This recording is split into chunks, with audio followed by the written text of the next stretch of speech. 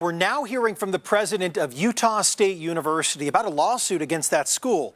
It claims the university did not help a student after it was reported that she was sexually assaulted. Fox 13 News first reported this back in December, and now Fox 13's Sarah Murphy shows us more from the student's case, as well as the school side of things. It's like a punch to the gut.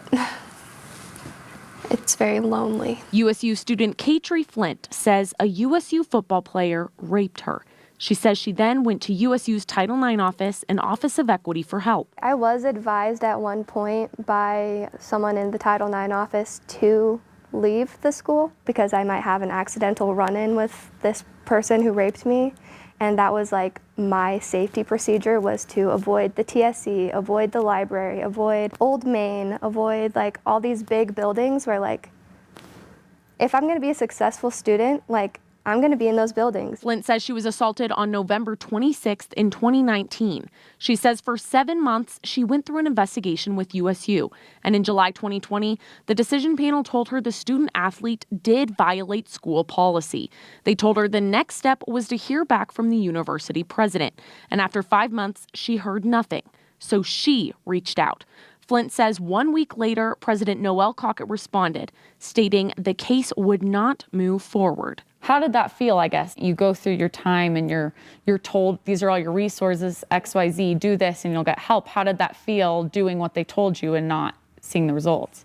I just felt so dehumanized. I felt like nothing that I had gone through was important to anyone. I felt like they had,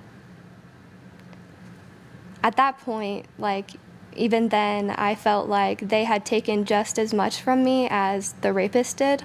So I just was boiling, you know, I was so mad. School officials say they can't discuss specifics of the case. Under our processes, under our procedures, privacy of these investigations is a requirement.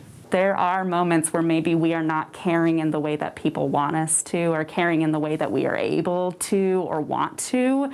And I think it's important to come back to that humility piece of just recognizing that processes might not go the way that we want them to, processes might not go the way that they were intended to, and we are constantly learning and growing. Cockett says no matter the outcome, she wants to do what's best for students. It hurts when I think that someone feels that we didn't do enough. It hurts. It's hurtful. It's hurtful.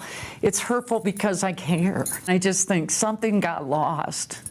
Something got missed, that process and that communication conveyed to that individual that we didn't care.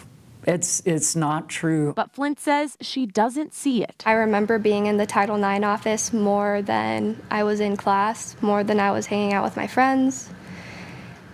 So it was like I really did overextend myself, and I have nothing to like show for this. Sarah Murphy, Fox 13 News, Utah.